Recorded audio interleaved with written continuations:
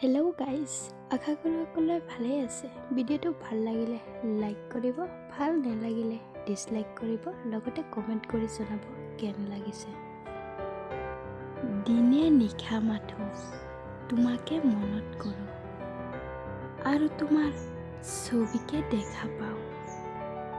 মোৰ জীৱনৰ ৰং তুমিয়ে, মোৰ হৃদয়ৰ স্পন্দনো তুমিয়ে, আৰু মোৰ জীৱনৰ প্ৰতিটো সপোন মাথো তোমাক লৈ।